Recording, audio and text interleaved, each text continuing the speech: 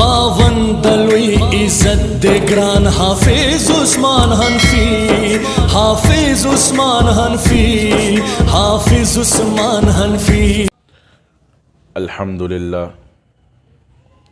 الحمدللہ وحدہ والصلاة والسلام علی من لا نبی بعدہ، اما بعد فاعوذ باللہ من الشیطان الرجیم، بسم اللہ الرحمن الرحیم۔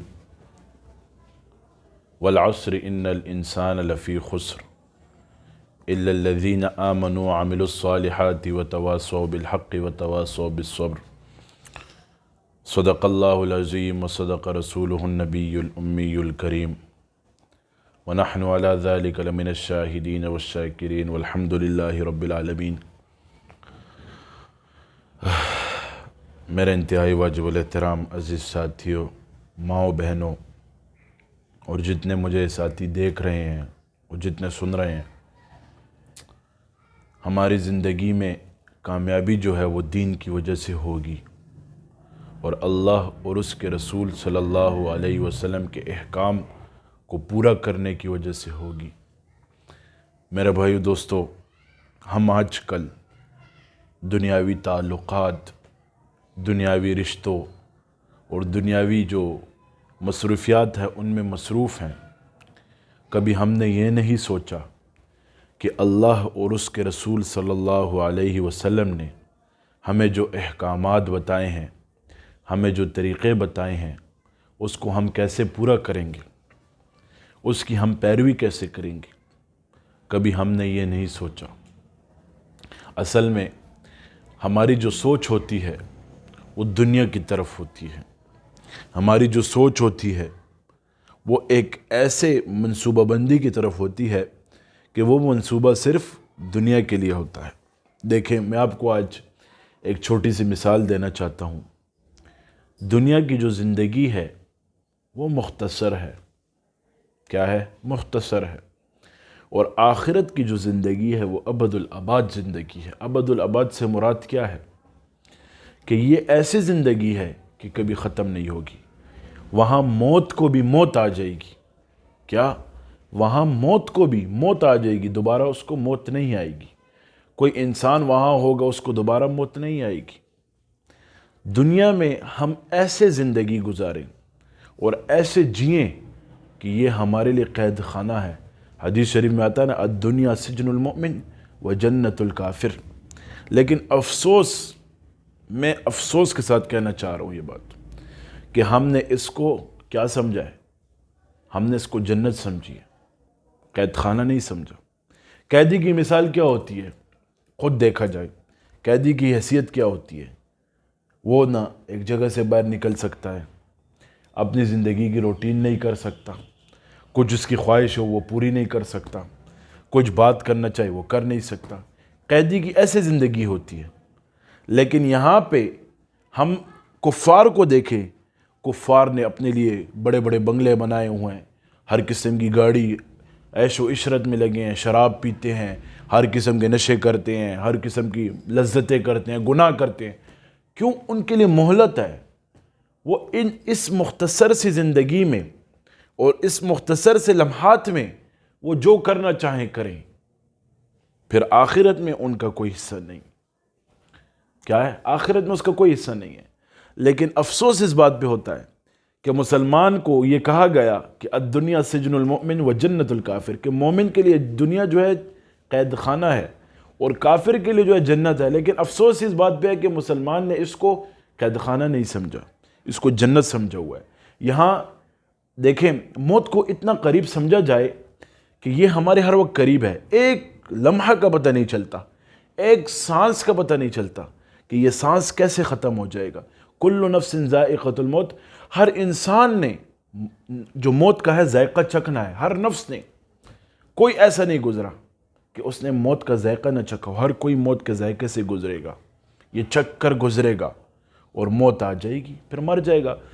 ابھی ہم دیکھیں ہمارے معاشرے میں ہمارے بڑے لوگ جو ہوتے ہیں، بڑے لوگ، میں تو بڑا اس کو سمجھتا ہوں جو اللہ والا ہو، جو اللہ کا ولی ہو، میں اس کو بڑا سمجھتا ہوں۔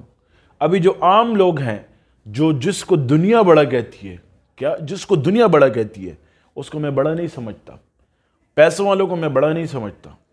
جس کے پاس پیسہ ہے وہ کیا ہے؟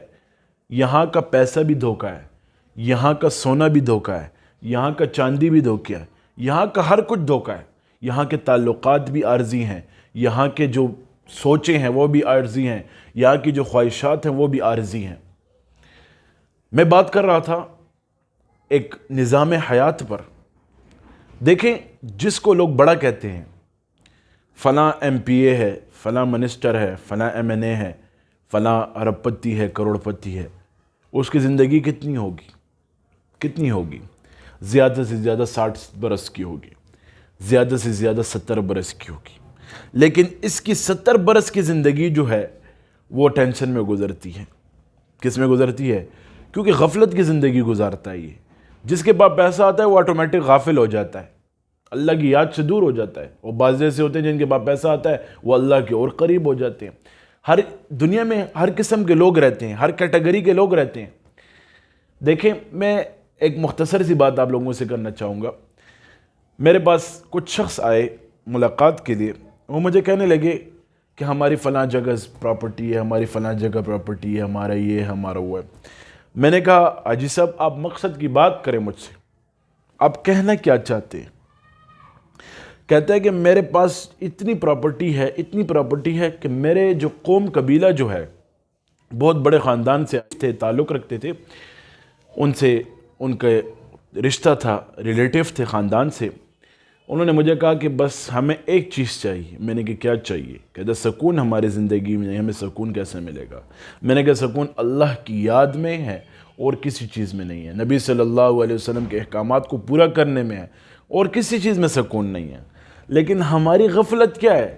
ہم پیسوں میں، جس کے پاس پیسہ نہیں ہوتا یہ سمجھتا ہے کہ فلاں کے پاس پیسہ یہ سکون سے زندگی گزار رہا ہے۔ نہیں، ہم سے پوچھے آ کر کہ سکون کی زندگی کہاں پر ہے؟ سکون، لوگ کہتے ہیں ہمارے پیسہ لے لو، لوگ کہتے ہیں سب کچھ لے لو، لیکن ہمیں سکون دے دو۔ تو آپ کو میں بتا رہا تھا کہ جو لوگ ایم این اے ہوں گے، ایم پی اے ہوں گے، ہم سوچتے ہیں کہ پیچھے سیکیورٹی ہے، ان کو پروٹوکول ہے، ان کو یہ ہے۔ ایک یہاں کا پروٹوکول ہے، ایک پھر جنت کا پروٹوکول۔ ایک یہاں کا پروٹوکول، جس نے زندگی میں اللہ اور اس کے رسول کے احکامات کے مطابق زندگی گزاری ہوگی، اس کا جب روح قبض ہوگی، کیا ہوگی؟ اس کے جب روح قبض ہوگی، پروٹوکول میں قبض ہوگی، اس کو 500 فرشتے لینے آئیں گے۔ اس کو کتنے؟ 500 فرشتے اس کی روح قبض کرنے آئیں گے، اور جنت کی خوشبو اس کے لیے لے کر آئیں گے۔ ایسی زندگی اللہ سے مانگنی چاہیے، ایسی موت اللہ سے مانگنی چاہیے۔ صحابہ کرام رضوان اللہ علیہم اجمعین موت کے لیے ہر وقت تیار رہتے تھے، کیونکہ ان کو پتہ تھا کہ ہمارے اعمال ٹھیک ہیں۔ آج ہم موت سے ڈرتے ہیں۔ میں ایک جگہ پہ تھا، میں چھوٹا ہوتا تھا، ہمارے گھر کے پاس بہت امیر کبیر ترین لوگ رہتے تھے، اللہ تعالیٰ ان کو بخشے، ابھی وہ وفات پا چکے ہیں۔ وہ اکثر ایک دفعہ جنازہ گزر رہا تھا، جیسے ہی جنازہ گزر رہا ہے تو ایک دم سے خفا ہو رہے تھے اور ڈر رہے تھے، ان پہ کپ کپی آ رہی تھی۔ میں نے کہا کہ حاجی صاحب آپ پہ کپ کپی کیوں آ رہی ہے؟ تو اس نے کہا میں موت سے بہت زیادہ ڈرتا ہوں۔ کیا ہوتا ہوں؟ میں موت سے بہت زیادہ ڈرتا ہوں۔ اور کچھ عرصے بعد اس کا انتقال ہو گیا۔ تو یہاں سے دیکھا جائے، دیکھیں یہ سورج جو ہے یہ نکلتا ہے پھر غروب ہوتا ہے۔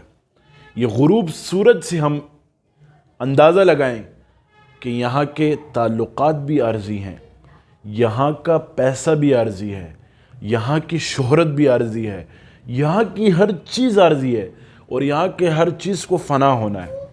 لیکن آج ہم غافل کیوں ہیں؟ آج ہم اس دنیا میں ڈوب کیوں چکے ہیں؟ اس بات پہ ازالہ کیا جائے۔ ایک محبت ہوتی ہے، ایک رشتے ہوتے ہیں۔ ہم ایک سوچتے ہیں کہ ہمارے فلاں وزیر کے ساتھ تعلق بن جائے، ہم سوچتے ہیں ہمارے بڑے لوگوں کے ساتھ تعلق بن جائے، ہم سوچتے ہیں بڑے بڑے خاندانوں سے ہمارا رشتہ ہو، ہم بڑے بڑے لوگوں میں شمار کیے جائیں، ہم پشاور کی شخصیات ہوں گے ہم ان کے ساتھ تعلق بن جائے، صوبے کی شخصیات ہوں گی ہم ان کے خاندان کے ہونے چاہیے۔ اکثر ایک سوچ آتی ہے، مجھے ایک بندہ کہہ رہا تھا کہ مجھے ایک سوچ آتی ہے کہ میں سوچتا ہوں کہ یار میں فلاں کے گھر میں کیوں پیدا نہیں ہوا۔ میں نے کہا اتنی بڑی ناشکری یہ کر رہا ہے، اللہ نے شکر کرو، الحمدللہ، اس نسبت پر فخر کرو کہ اللہ نے تمہیں محمدی بنایا ہے، اللہ نے تمہیں بن مانگے حضرت محمد صلی اللہ علیہ وسلم کی امت میں پیدا کیا ہے۔ اس پر فخر کرو، اس پر ناز کرو، اس پر جتنا شکر ادا کرو یہ کم ہے۔ ہر نبی نے یہ چیز مانگی ہے، ہر نبی نے کیا مانگی ہے کہ یہ امت مجھے مل جائے، کیا یا اس امت کا میں حصہ بن جاؤں۔ حضرت عیسیٰ علیہ السلام کی دعا قبول ہوئی ہوئی تو اس امت میں اس امت کا حصہ بن کے آئیں گے، لیکن اس نسبت پہ فخر نہیں، فلاں میں اس گھر میں کیوں نہیں پیدا ہوا، میں ادھر کیوں نہیں ہوا، میں یہاں کیوں نہیں ہوا، میں یہاں کیوں نہیں ہوا، وہاں کیوں نہیں ہوا۔ یہ کیا بات ہے؟ یہ ہماری سوچ غلط ہے۔ اور جتنے امیر لوگوں کے ساتھ بیٹھو گے نا، اپنے سے اونچے لوگوں کے ساتھ، تو دل میں غرور آئے گا، ریا آئے گی اور ناشکری آئے گی۔ کیا آئے گی؟ ناشکری آئے گی۔ وہی تم اللہ والوں کی صحبت میں بیٹھا کرو، عاجزی اور فقیری تم میں آئے گی۔ تو ایک نسبت ہوتی ہے، ایک رشتہ ہوتا ہے، اس طرف دیکھنا، اس طرف سوچنا۔ کس طرف دیکھنا اور کس طرف سوچنا؟ اس طرف سوچنا کہ میرا اس خاندان سے تعلق ہے اور میں اس کا بیٹا ہوتا، میں فنا کا بیٹا ہوتا۔ جو ہے ایک تعلق جو ہے ہم دنیا سے بنانا چاہتے ہیں۔ کس سے بنانا چاہتے ہیں؟ دنیا سے۔ اور ایک تعلق جو ہے وہ پھر نبی علیہ السلام سے کوئی بنایا ہے۔ ایسے تعلق پر تو فخر محسوس کرنا چاہیے اور فخر ہونا چاہیے۔ حضرت زید رضی اللہ تعالیٰ عنہ بچپن میں ہی غلام ہو گئے تھے۔ کیا ہو گئے تھے؟ غلام ہو گئے تھے۔ ایک دن ایسا ہوا، ان کے والدین کے واقعے کا مفہوم بیان کروں، ان کے والدین کے لیے ان کی جدائی میں اشعار پڑھتے تھے، والدہ ان کی پریشان رہتی تھی اور خاندان کے لوگ ان کے لیے پریشان رہتے تھے۔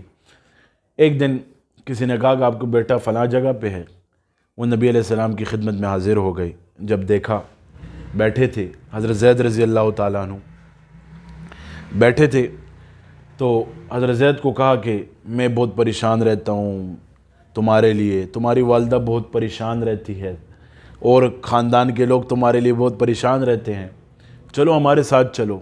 تو وہ تو نبی علیہ السلام کی اجازت کے بغیر ان کو نہیں لے جا سکتے تھے۔ نبی علیہ السلام تک بات گئی، نبی علیہ السلام کے پاس گئے۔ نبی علیہ السلام نے فرمایا میں یہ اختیار زید کو دیتا ہوں، زید کیا کرنا چاہتا ہے، آپ کے ساتھ رہنا چاہتا ہے یا میرے ساتھ رہنا چاہتا ہے۔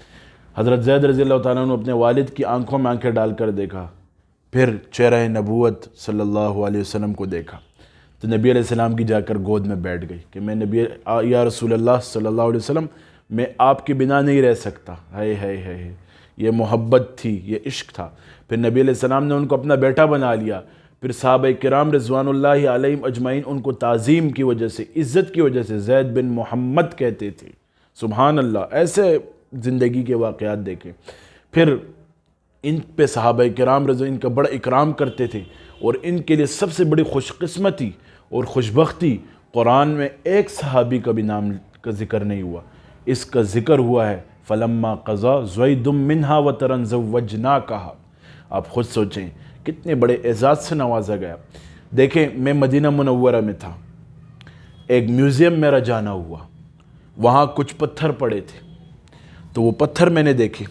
میرے ساتھ کچھ ساتھی تھے، میں نے ان کو کہا کہ یہ پتھر بڑے خوبصورت انداز سے، احسن طریقے سے، اور سونے کے اوپر اس کے وہ چیزیں بنی ہوئی تھی، اور شیشہ باہر ملک کے جو اوریجنل شیشے ہوتے ہیں اس میں اس کو بند کیا گیا تھا۔ میں نے پوچھا، اوپر انگلش میں لکھا تھا، اور میں نے جب یہ دیکھا، وہ مجھے بتا رہے تھے، بریفنگ دے رہے تھے، یہ جگہ ہے، یہ جگہ ہے، یہ ادھر یہ ہوا تھا، ادھر وہ ہوا تھا۔ اس پتھر کو جب میں نے دیکھا، اس پہ لکھا تھا کہ اس پتھر پہ حضرت عثمان رضی اللہ تعالیٰ عنہ کا ہاتھ لگا ہے۔ کیا لگا ہے؟ ہاتھ لگا ہے۔ اور دوسرا پتھر میں نے دیکھا، اس میں نبی علیہ السلام کا ہاتھ لگا ہے۔ آپ خود سوچیں وہ پتھر کتنے قیمتی ہو گئے۔ ہاتھ کس کا لگا؟ نبی علیہ السلام۔ کس کا لگا؟ حضرت عثمان رضی اللہ تعالیٰ عنہ۔ وہ پتھر اتنے قیمتی ہو گئے، لوگ اس کو دیکھنے آتے ہیں، لوگ اس کو دیکھتے ہیں۔